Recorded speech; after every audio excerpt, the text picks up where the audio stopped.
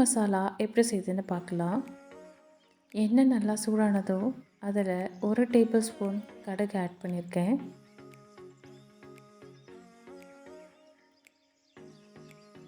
இது கூடவே 1/2 table spoon சோம்பு ஆட் பண்ணியிருக்கேன். இது ரெண்டும் நல்லா ஒன்று சேர பொரிஞ்சு வரட்டும். இது கூடவே 3 வெங்காயம் ஆட் பண்ணியிருக்கேன். 4 பச்சை மிளகாவையும் ஆட் பண்ணி நல்லா வதக்கிக்கலாம்.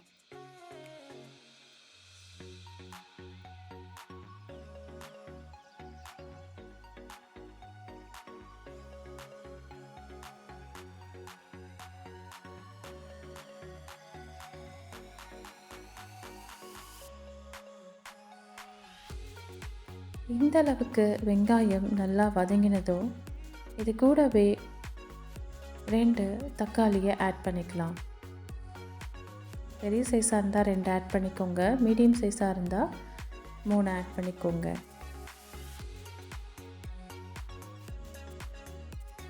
ரெண்டு ஒன்றா சேர்ந்து வதக்கிற வரைக்கும் நல்லா வதக்கிக்கலாம். இது கூடவே 1 டேபிள் ஸ்பூன் உப்பு ஆட் பண்ணியிருக்கேன். தக்காளி நல்லா வதங்கி வரணும். எந்த அளவுக்கு தக்காளி நல்லா வதங்கணும்.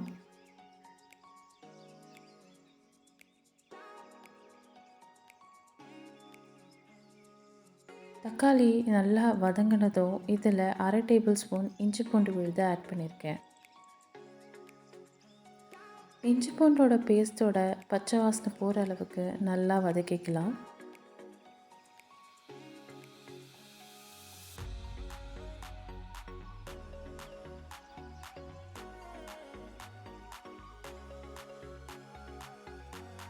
இப்போது 2 டேபிள் ஸ்பூன் மிளகாய் தூள் ஆட் பண்ணிக்கலாம். வீட்டில் யூஸ் பண்ணுறோம் இல்லையா, அந்த மிளகாய் தூளே 2 டேபிள் ஸ்பூன் ஆட் பண்ணிக்கலாம்.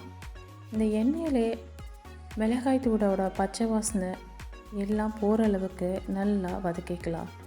அடுப்பை லோ ஃப்ளேமில் வச்சு நல்லா அதை வதக்கிக்கோங்க. அந்த மிளகாய் தூளோட பச்சை வாசனை போகணும். இப்போது மசாலாவுக்கு தேவையான தண்ணி ஆட் பண்ணிக்கலாம். நான் இன்றைக்கி 1/2 டம்ளர் தண்ணி ஆட் பண்ணியிருக்கேன். இது எல்லாமே நல்லா ஒன்று சேர கலந்து விட்டுக்கோங்க. கலந்து விட்டுட்டு உப்பு இருக்கான்னு பார்த்துட்டு ஒரு லிட்டை போட்டு க்ளோஸ் பண்ணிக்கலாம்.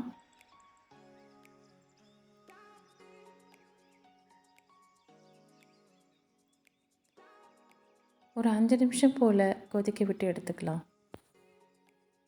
இந்த அளவுக்கு நல்லா அது கொதித்து வரணும். இந்த டைமில் முட்டையை இதே போல் 1 பை 1 உடச்சி ஊற்றிக்கோங்க. அது மேலே லைட்டாக சால்ட்டு தூவி விட்டுக்கோங்க. அடுப்பை லோ ஃப்ளேமில் வச்சு ஒரு 5 மினிட்ஸ் போல் அதை வேக வச்சு எடுத்துக்கலாம். ஒரு லிட்டை போட்டு க்ளோஸ் பண்ணிவிட்டு 5 மினிட்ஸ் கழித்து பார்க்கலாம். ஒரு பக்கம் நல்லா வெந்துருச்சு. இப்போது இந்த முட்டையை இன்னொரு சைடு திருப்பி போட்டு அதை ஒரு 5 நிமிஷம் வேக வச்சு எடுத்துக்கலாம். இந்த மாதிரி ஒரு முட்டையாக திருப்பி போடுங்க.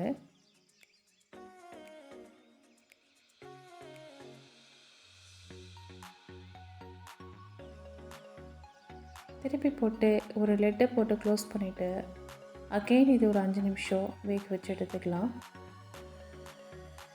இங்கே பாருங்கள், 2 பக்கமும் நல்லா முட்டை வெந்து வந்துடுச்சு. கொத்தமல்லி தூவி இறக்கிக்கலாம்.